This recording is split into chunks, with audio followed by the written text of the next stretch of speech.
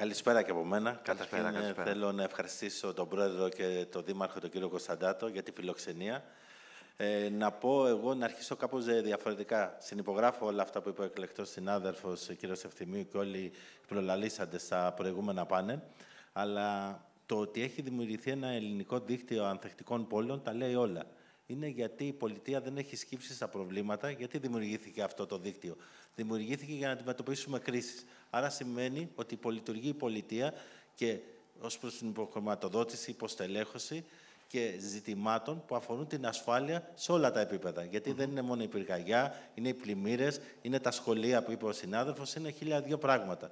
Και χάρηκα εχθές που ο Υπουργός έδωσε μια γενναία, ίσως και πρώτη χρηματοδότηση για να γίνουν κάποια πράγματα. Αλλά πρέπει εμείς σαν δήμαρχοι να θωρακίσουμε τις πόλεις μας. Πώς θα τις θωρακίσουμε? Όταν υπολειτουργούμε, γιατί δεν έχουμε προσωπικό. Όταν υπολειτουργούμε, γιατί δεν έχουμε την κατάλληλη οικοτεχνική υποδομή. Όταν υπολειτουργούμε, γιατί δεν έχουμε τους επιστήμονες. Δεν έχουμε τους μηχανικούς να τους στείλουμε στα σχολεία, τους τοπογράφους ή ό,τι χρειάζεται για να κάνουν αυτόν τον έλεγχο. Ξέρετε που στηρίζεται η αντισυσμική και δεν θέλω να μείνω, γιατί δεν είμαι και ειδικός στο θέμα πάρα πολύ. Στο Τεχνικό Επιμελητήριο Ελλάδος που κάνει αυτό, υπογράφουν οι άνθρωποι και λένε ότι μπορούν να μπουν.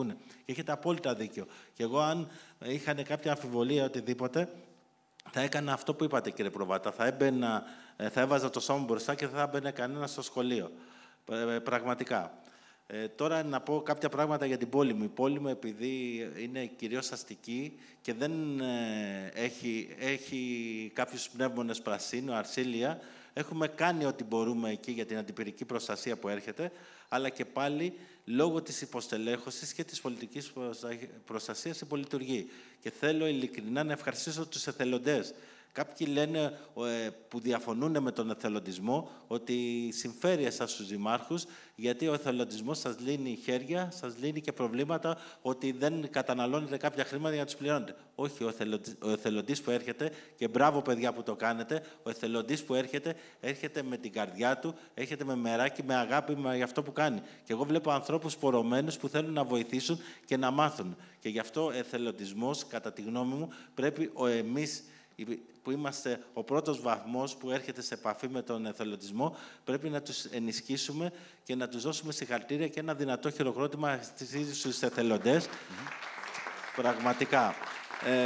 Εγώ θέλω να πω, παρόλο που εμείς δεν έχουμε τόσο προβλήματα στην πόλη μου, στην Νίκη Αρέντη, με φωτιές, έχουμε κατατλήσει ένα σχεδιασμό που πραγματικά το έχουμε στείλει και για να βραβευτεί.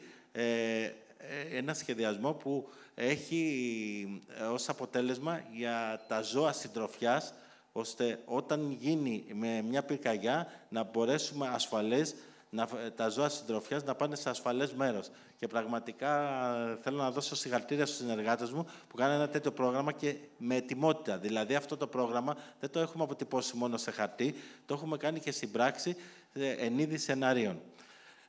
Τον Δεκέμβριο κάναμε και στον Κηφισό, εκεί που είπε ο συνάδελφος, στο ύψος της Λαχαναγοράς, που συνήθως όταν έχει και μικρή σε κλίμακα βροχής πλημμυρίζουμε, μια άσκηση ετοιμότητας με τις υπηρεσίες, με όποιες υπηρεσίες έχω, μαζί με την πυροσβεστική, με το λιμενικό ΕΚΑΒ, το στρατό, και κάναμε άσκηση ετοιμότητας σε πιθανά σενάρια. Τι θα εκενώσουμε πρώτα. Αλλά αυτό είναι η δεύτερη φάση. Η πρώτη φάση είναι ότι η πολιτεία πρέπει να σκύψει και να κάνει αυτά τα έργα που έχω καθυστερήσει, όπως είπε ο συνάδελφος προηγουμένως, από το 2007. Έστω και αργά, η Περιφέρεια έχει αρχίσει και κάνει την πλημμυρικά έργα και έγινε, και αυτό πρέπει να το παραδεχτούμε από τον Νίκο το Χαρδαλιά, τον Περιφερειάρχη τον νέο, ένας καθαρισμός στον Κηφισό. Γιατί εμείς, είπατε τα ποτάμια, ότι πρέπει να θεωρούμαστε πλεονεκτικότεροι δήμοι και έχετε απόλυτα δίκιο. Αλλά εμείς όταν βρέχει κάνουμε το σταυρό μας. Προφανώς. Τώρα πραγματικά. Γιατί εκτός από το κυκλοφορικό, εκτός από τους ρήπους που έχει ο Κηφισός, εκτός τα 1002 προβλήματα, όταν βρέχει κάνουμε το σταυρό μας, μη συμβεί κάτι χειρότερο.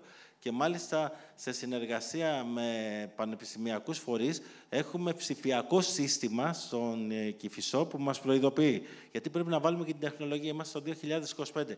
Πρέπει να βάλουμε και την τεχνολογία που μας προειδοποιεί και είμαστε σε ετοιμότητα μαζί με τους λιγοστούς, αλλά τους εκπαιδευμένους που έχουμε, εκτός τους εθελοντές, έχουμε και εκπαιδευμένους εργαζόμενους να αντιμετωπίσουμε όλα αυτά τα φαινόμενα. Ευχαριστώ πάρα πολύ. Σας ευχαριστώ πολύ. Δήμαρχε.